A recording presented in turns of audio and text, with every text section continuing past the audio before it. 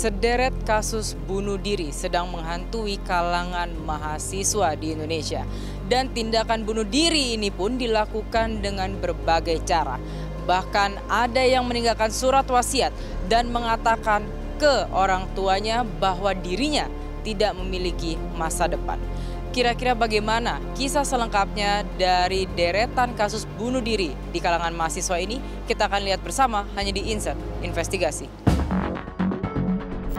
Deretan peristiwa memilukan tentang orang-orang yang mengakhiri hidup di usia muda dengan berbagai faktor dan alasannya mengiris keprihatinan berbagai kalangan. Tidak pernah menjadi solusi, sejumlah korban seperti gelap mata juga berkubang rasa putus asa. Lantas, apa yang membuat mereka nekat meregang nyawa dengan sengaja? Hingga apa yang bisa dilakukan untuk mencegahnya? Inilah yang membuat tim Insert Investigasi menelusuri cerita yang belakangan viral di kanal Maya agar tidak ada lagi peristiwa-peristiwa miris serupa di kemudian hari. Kisah pilu mahasiswi berinisial SIP di Padang diduga menyudahi perjalanan di dunia di usia 25 tahun adalah salah satunya. Mencuat kabar bahwa korban nekat melakukan aksi ini karena terkungkung depresi lantaran uang jemputan senilai 500 juta dari pihak calon suami. Ironisnya, pernikahan korban sudah di depan mata, tapi buyar bersama kepergiannya. Tapi mungkinkah ini satu-satunya faktor atau ada faktor penyerta dan riwayat kesehatan mental yang juga perlu ditelisik lebih dalam lagi?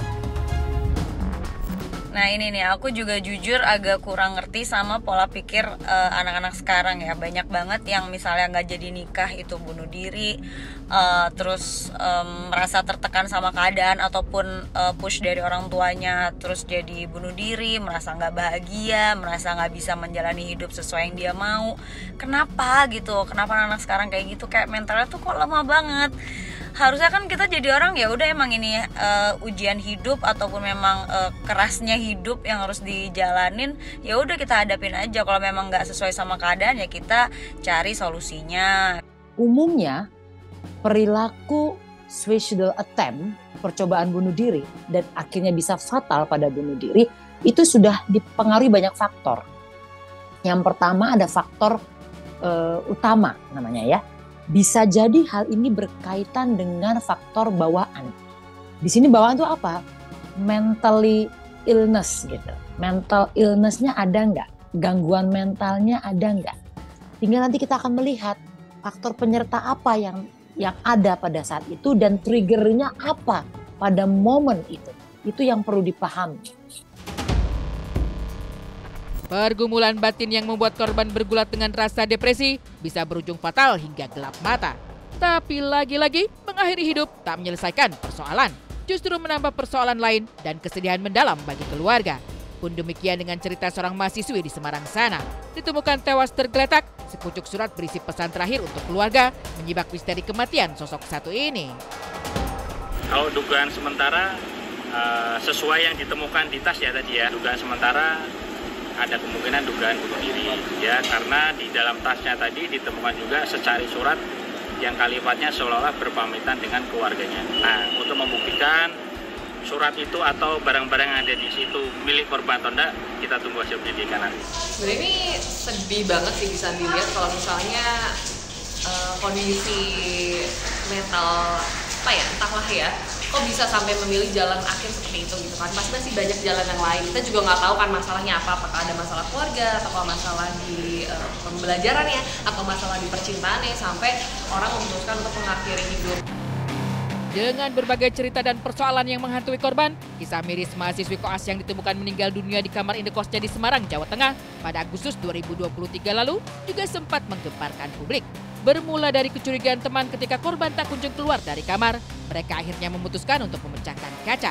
Dari temuan polisi, tidak ada tanda-tanda kekerasan pada tubuh korban. Sementara tidak ada, karena kekerasan tidak ada. Cuma kita mencurigai ada sesuatu karena dikunci dari dalam.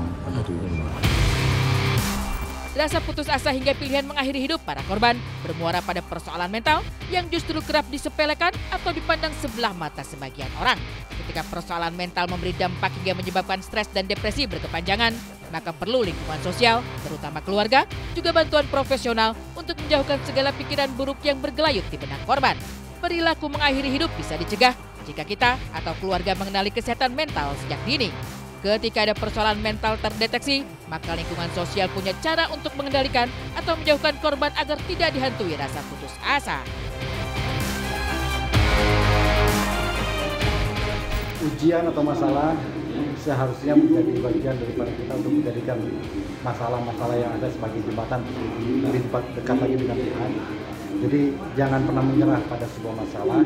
Bagaimanapun juga bunuh diri itu adalah bukan jalan satu-satunya, karena kita juga punya kepercayaan, kita juga punya sahabat-sahabat, teman-teman, atau mungkin professional helper juga yang bisa membantu supaya sesuatu yang unclear menjadi clear.